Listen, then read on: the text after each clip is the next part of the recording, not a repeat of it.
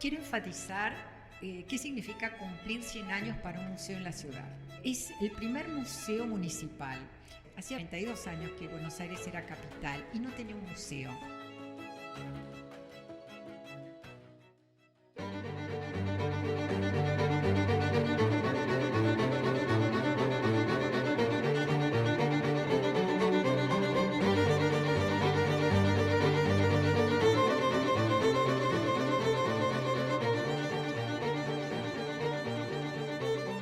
Fue inaugurado el 6 de octubre de 1921 gracias al legado de un coleccionista y filántropo que fue Ricardo Semborain. Su legado de miles de objetos dio el puntapié inicial a una colección que hoy tiene más de 26.000 objetos y es un orgullo para el gobierno de la ciudad que sea el primer museo municipal formado de un legado privado como fue el de Ricardo Semborain, cuya colección se nutrió del legado de Andrés Lamas y de la colección de su propio padre, que también era un coleccionador, y así es que tenemos piezas maravillosas que datan sobre todo de los primeros años de los albores de la patria, desde 1810, con periódicos, la Gaceta, lo que fue después la Gaceta Mercantil, platería colonial, vestidos, alhajas, mobiliario, documentos increíbles y una colección basada en el periodo rosista que es inigualable.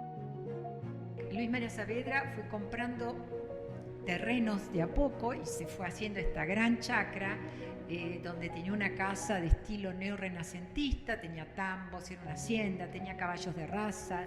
La gente supone que acá vivió Cornelio de Saavedra, el presidente de la primera Junta de Gobierno, pero no fue así. Acá vivió como residencia de las afueras de Buenos Aires, Luis María Saavedra, que era sobrino de Cornelio de Saavedra. Ellos venían sobre todo a pasar los veranos acá, como era muy típico en las familias pudientes entre fines del siglo XIX y XX. La idea del veraneo para estas familias era justamente las quintas de fin de semana.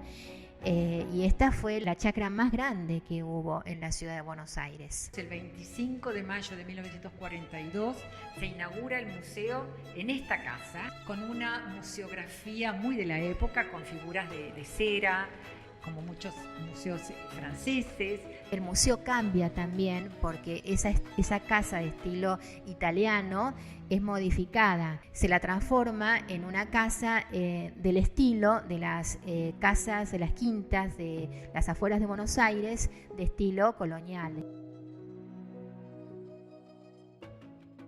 Esto también es el museo que se viene, un museo inclusivo que involucra a las personas con discapacidades diferentes, un museo que va a tener parte en braille y todo con leyenda, un museo que no tenía rampas y bueno, va a ser accesible desde todo punto de vista.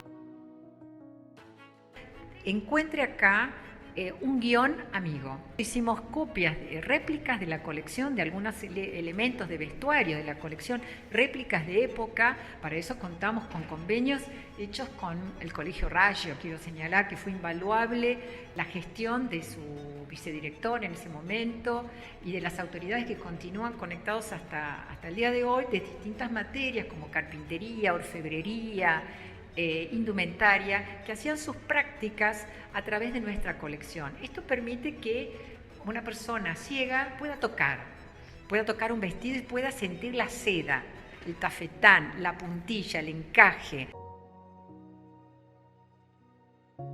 Esta muestra que va a contar los cambios en la costa de la ciudad de Buenos Aires desde los primeros conquistadores, ¿no? Desde Pedro de Mendoza hasta el 1900, 1915, 1920, 1930.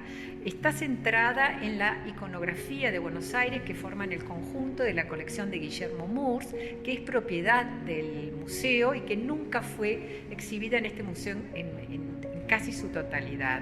Empezando desde La mirada del otro, de Ferdinando Brambilla, que vino con la expedición de Malaspina, En realidad no vino a Buenos Aires, Brambilla se subió a posteriori del inicio del viaje de Malespina, pero es Brambilla el que inicia ese juego iconográfico y hace unas litografías de Buenos Aires en 1790 y posteriores, a partir de la cual se toman de ejemplo para representar a Buenos Aires de una manera idílica.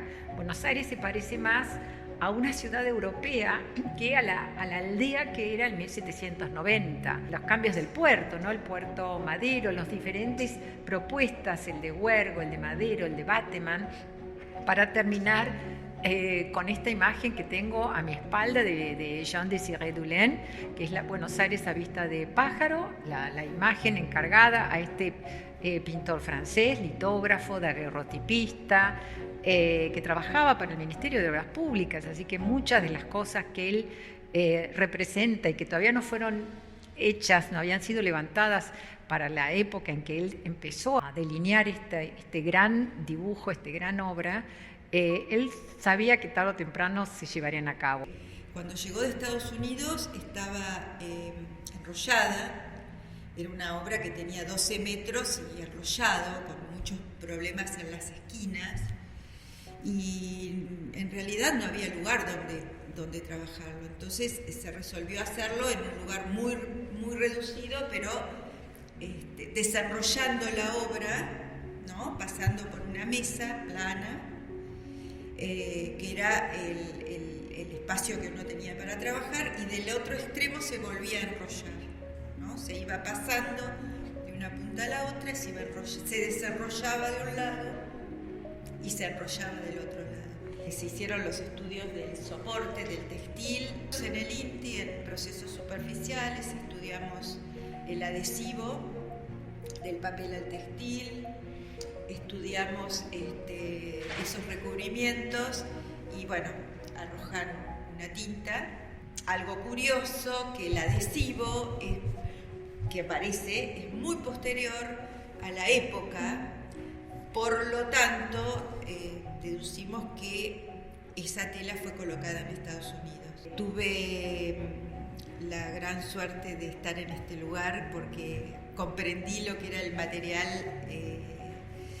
patrimonial que albergan los museos históricos. Conocí todo un patrimonio maravilloso, es más, pude a través de este patrimonio formar un montón de gente en la universidad. Estoy muy agradecida del apoyo que he tenido, los esperamos para conocer realmente un museo renovado desde ediliciamente, desde lumínicamente, museográficamente y desde el guión narrativo que los va a esperar.